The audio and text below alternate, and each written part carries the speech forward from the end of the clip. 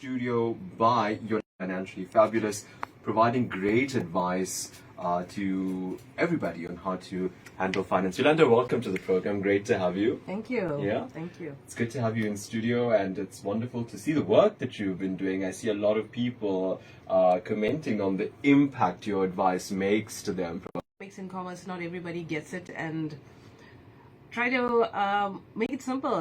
Give it in bite-sized pizzas, and hopefully it's breadcrumbs that inspires people to go learn more for themselves. Valuable in this climate. I mean, we just heard from Mr. Mervyn Abrams, and he's been just researching the burgeoning cost of everything, really. And he says in that interview that food and transport is just making South Africans poorer, right?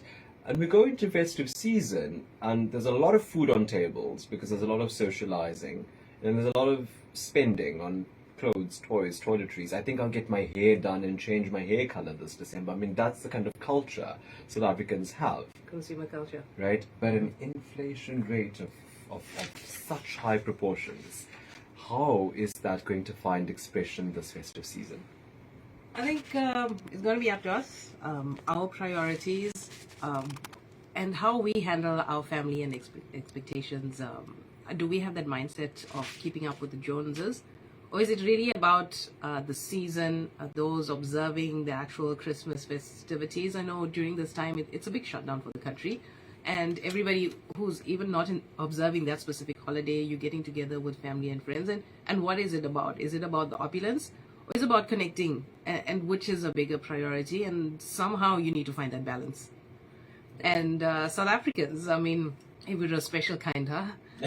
We started Decembering from Friday because it's Black Friday. I mean, when I was growing up and I was younger, the holiday officially started when, and the big spending started when school closed, the day school closed. Right. Now it's being pushed back 2 or 3 weeks because Black Friday is becoming more and more prominent as part of South African culture. So it's hard. It's hard to be raising a family in that consumer culture and we're consuming all the time. Because you said that South Africans were a different bunch and we start Decembering too early. I have to ask you this question because I thought about it as I drove home from work on Friday. Gridlock traffic, right? On Black Friday. People were shopping. Consumers were out. But when we look at things like a 5.9 inflation rate, repo rate at over 8%, meaning that if you buy on credit, you're going to pay, 8% more. All of this into account, how do people have money? It's credit. Unfortunately, a lot of people are living on debt. And I remember reading a report sometime during the year that says that most South Africans finish their salary in 5 days. So that money doesn't even last a week. And unfortunately, people are turning to credit. And now at a time where interest rates are high, most likely in January could be another hike as well. And that's the thing that's breaking people. It's that consumer culture. Gotta have it now, and we have to prioritize. Otherwise, we're not going to make it. Yolanda, what do you do, man? It's December. It's the festive season, really. Globally, culturally, it is the time. It's okay to eat dal and rice on Christmas. There's nothing wrong with that. But there is a culture, whether you're Hindu or not, or whether you're Christian or not, whatever your religion is, right? That Christmas lunch spread is a thing, right? And what can South Africans do to ensure that they have the type of festive season that they've become accustomed to? Essentially, you want to be planning in advance as much as you can. What I specifically do is like from May or June, I have a separate 7-day account in my banking app, and I put away some money there, 500, 1,000, and whatever the case is, and that's my Christmas budget. So I have another account like that for holidays and stuff. That's part of my budget well in advance before Christmas that I'm putting money away because we're going to be buying and we're going to be getting guests and it can't come out from our regular December budget. This is over and above. And we can't live on debt. So that helps me buffer. I want to stop you at that point because I think it's important to reiterate it for the audience, like you're saying, bite-sized information and the crumbs. Perhaps you can't manage a December from your salary. Yeah. You need additional funds for that. So that was very important. I have a friend of mine and his family, I mean, the extended family, the cousins, the uncles, the aunts, they have a family account. And every month everybody, the entire family contributes the nuclear set, 100 rand or 150. So whatever's accumulated over the year, maybe it's a 20,000-30,000 rand, that's their December budget. That's their meal planning. Yeah. And I know in our community, in the Durban community, our families are bigger. We like to get together. Maybe you have to put out a marquee at home, hire some extra chairs. This is how you can start planning in advance, instead of stressing about how I'm going to manage this, and then in January you're crying. It's like a blue January. And we also have to consider our year as well, right? November is at the beginning of December, end of school, end of varsity. Then we go into Christmas, then we go into New Year. Then January is the beginning of the new year, school year as well. So all of that bills need to be taken care of in a 6 to 7 week period, and it's only prior planning that's going to help us manage this time. Yeah.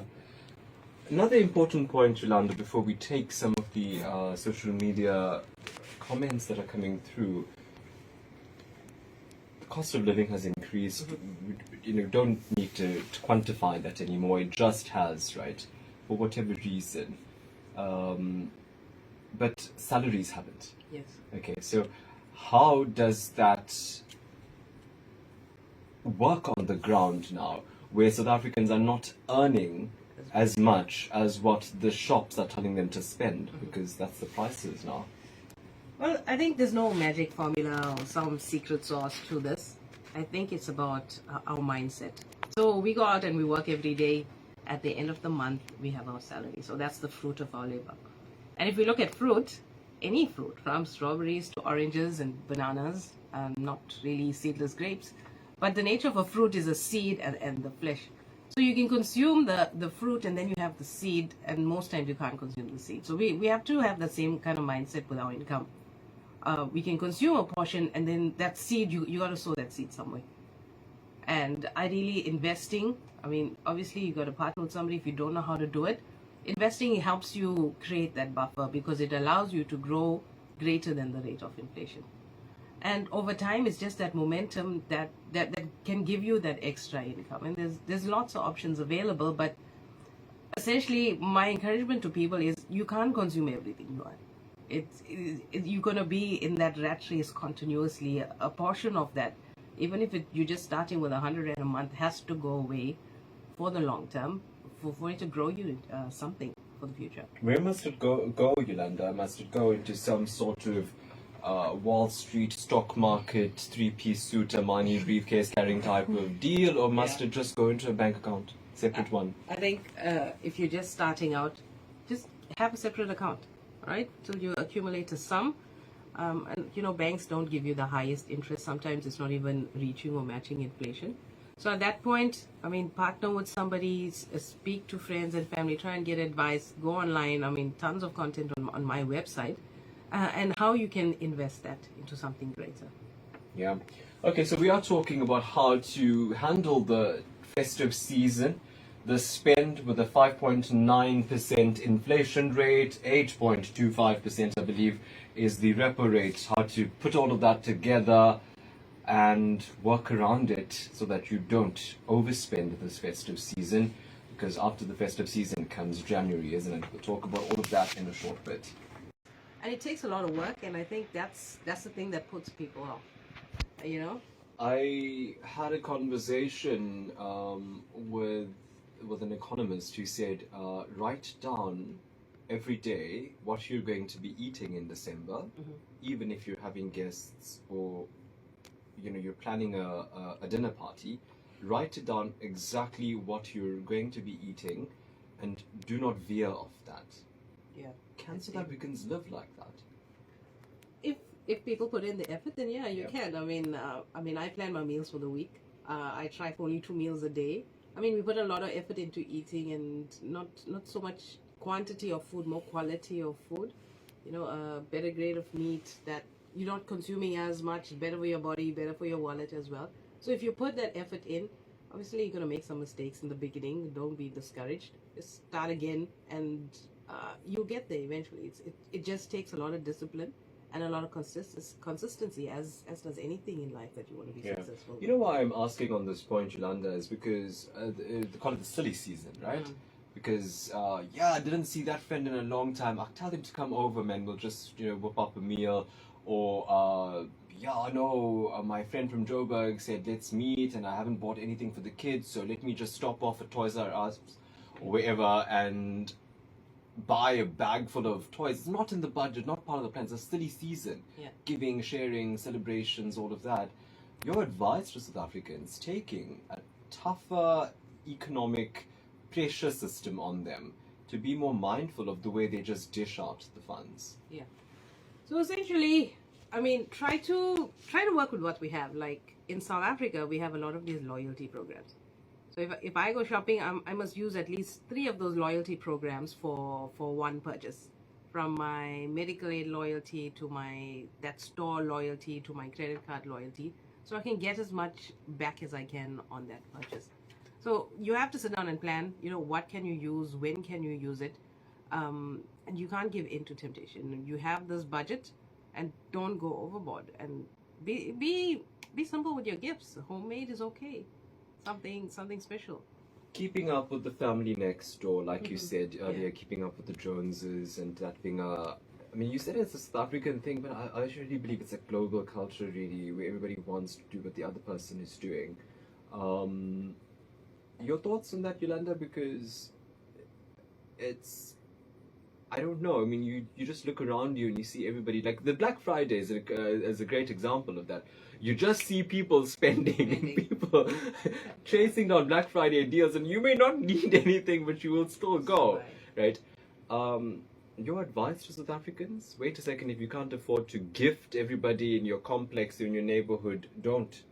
Yeah, don't. I mean, everybody's scaling down. Why do you want to take on debt to? I mean, please somebody. Keep it small. Have your close circle of friends. If you want to treat them to something nice, go homemade. You don't have to swipe the credit card for everything. It doesn't. There shouldn't be a price tag attached to showing your appreciation that you have for somebody. And I think that a lot of the times we're not disciplined with that credit card. And if it means taking that credit card and leaving it at home during December and just handling cash, you'd rather do that. Yolanda, what can you tell me about this idea that when you look at the sort of family perspective, right? When you have families now wanting a particular type of December, children, they want toys, they want clothes, and maybe they don't understand what a repo rate means, etc. How to have the conversation with the family? I know you said some families save collectively for the festive season. How to have that family conversation? With kids, it's a little bit harder to explain to them, but you got to ease it in. Give them options. I mean, you can have this or you can have this, but we can't have both. So managing the kids' expectations is very important. I mean, it's a very special time of year. Everybody's trying to be effective, but manage the kids well and give them options and let them know they can't have everything. We can either go here today or somewhere else next week, but we can't do both. Absolutely. Well, sound advice on how to handle the festive season that's upon us amid the tough economic climate. Yolanda Hariprasad is joining us today for that conversation. Solomon Wealth is her focus in terms of helping South Africans mitigate it all. But I'm also joined on the line by somebody else who's going to add more context and credence to a lot of what we're talking about here. Let me welcome now onto the program today my next guest, who's Ruveshan Woodley, who's made the time. Thank you so much for that.